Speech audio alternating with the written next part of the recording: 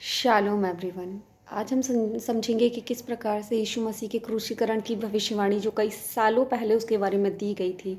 यशायाह ने कुछ 700-800 साल पहले यीशु मसीह के शरीर में आने से पहले ही उसके क्रूसीकरण की भविष्यवाणी को बोल दिया था। उससे पहले दाऊद ने अपने भजनों में उसके बारे में बोल दिया था। हम पढ़ते हैं कि किस प्रकार यशायाह और दाऊद ने अपने भजनों में बोला है।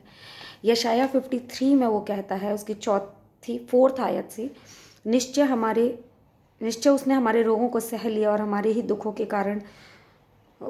को उठा लिया, तो भी हमने उसे परमेश्वर का मारा कूटा और दुर्दशा में पड़ा हुआ समझा। परंतु वह हमारे अपराधों के कारण घायल किया गया, वह हमारे अपराधों के कामों के कारण कुचला गया। हमारी ही शांति के लिए उस पर ताड़ना पड़ी कि उसके कोड़े खाने से हम लोग चंगे हो जाएं। हम तो सब के सब भेड़ों के समान भटक गए थे, हम में से हर एक ने अपना मार्ग लिया और यहोवा ने हम सबों के अधर्म का बोझ उसी पर लाद दिया। वह सताया गया तो भी वह सहता रहा और अपना मुंह न खोला। जिस प्रकार भेड़ बध होने के समय भेड़ी ऊन कतरने के समय चुपचाप शांत रहती है, वैसे उसने भी अपना मुंह न खोला। अत्याचार करके और दोष लगाकर वह उसे ले गए। उस समय के लोगों में से किसने इस पर ध्यान दिया कि वे जीवितों के बीच में से उठा लिया गया। मेरे ही लोगों के अपराधों के कारण उस पर मार पड़ी। उसकी कब्र भी दुष्टों के संग ठहराई गई और मृत्यु के समय वह धनवान का संगी हुआ। यद्यपि उसने किसी प्रकार का उपद्रव ना किया था, उसके मुंह से कभी छल की बात नहीं निकली थी। इसी तरह भजन में लिखा हुआ है, भजन 22 अध्याय और उसकी 16 आयत से पढ़ती हूँ। वहाँ लिखा है, कुकर्मियों की मंडली मेरे चारों ओर मुझे घेरे हुए हैं, वह मेरे हाथ और मेरे पैर छेदते हैं।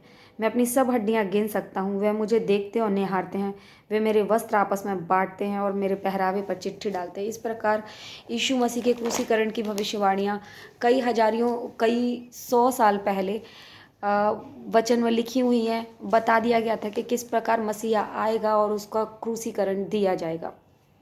यीशु मसीह के अपने ही 12 चेलों में से एक चेला यहूदा इस्करियोती, जिसने यीशु मसीह के खिलाफ ये षड्यंत्र रचा, उसको देखते हैं कि उसने किस प्रकार महायाजकों के साथ मिलकर ये काम किया। लूका के 22वें अध्याय की 3री आयत से हम देखते हैं, तब शैतान यहूदा में समाया जो इस्करियोती कहलाता था और 12 चेलों में गिना जाता था। उसने जाकर प्रधान याजकों और पहरुओं के सरदारों के साथ बातचीत की कि उसको किस प्रकार उसके हाथ पकड़वाए। वे आनंदित हुए, उसे रुपए देने का वचन दिया। उसने मान लिया और अवसर ढूंढने लगा, जब भीड़ ना हो तो उसे अपने हाथ पकड़वा दे। और इसके बाद वचन बताता है कि यहाँ पे लिखा है कि उसको पकड़वाने के बाद, यीशु मसीह को पकड़वाने के बाद उसको अपनी गलती का एहसास हुआ और इसलिए यहूदा ने बाद में सुसाइड भी कर लिया था। जैसा हम देखते हैं मत्ती के 27वें अध्याय की 3rd आयत से हम लोग देखते हैं, जब उसने पकड़वाने वाले यहूदा ने देखा कि वह दोषी ठहराया गया है तो वह पछताया और वह 30 चांदी के सिक्के प्रधान याजकों और पुरनियों के पास फेर लाया और कहा, मैंने निर्दोष को घात के लिए पकड़वा कर पाप किया है। उन्होंने कहा, हमें क्या, तू ही जान। तब वह उन सिक्कों को मंदिर में फेंक कर चला गया और जाकर अपने आप को फांसी दी। इस प्रकार यहूदा ने भी अपने आप को ख़त्म कर लिया था, क्योंकि उसने ये काम गलत किया था। इस चीज़ का एहसास उसे हो गया था।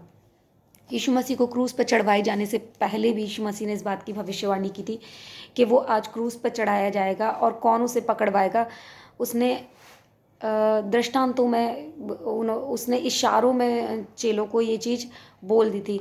लूका के 22वें अध्याय की 21वीं आयत में जब हम देखते हैं, पर देखो मेरे पकड़वाने वाले का हाथ मेरे साथ मेज पर है, क्योंकि मनुष्य का पुत्र तो जैसा उसके लिए ठहराया गया जाता ही है, पर हाय उस मनुष्य पर जिसके द्वारा वह पकड़वाया जाता है।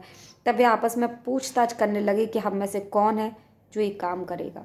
तो हम यहाँ देखते हैं कि पूरी तरह से यीशु का क्रूस पे चढ़ना जरूरी था, क्योंकि वो इस योजना के तहत ही आया था। वो खुद से इस चीज़ के लिए तैयार था।